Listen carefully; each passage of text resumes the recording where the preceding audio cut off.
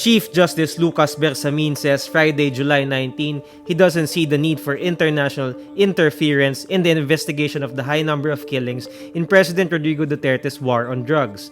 Bersamin agrees with presidential spokesperson Secretary Salvador Panelo that it's, quote, just a minority resolution.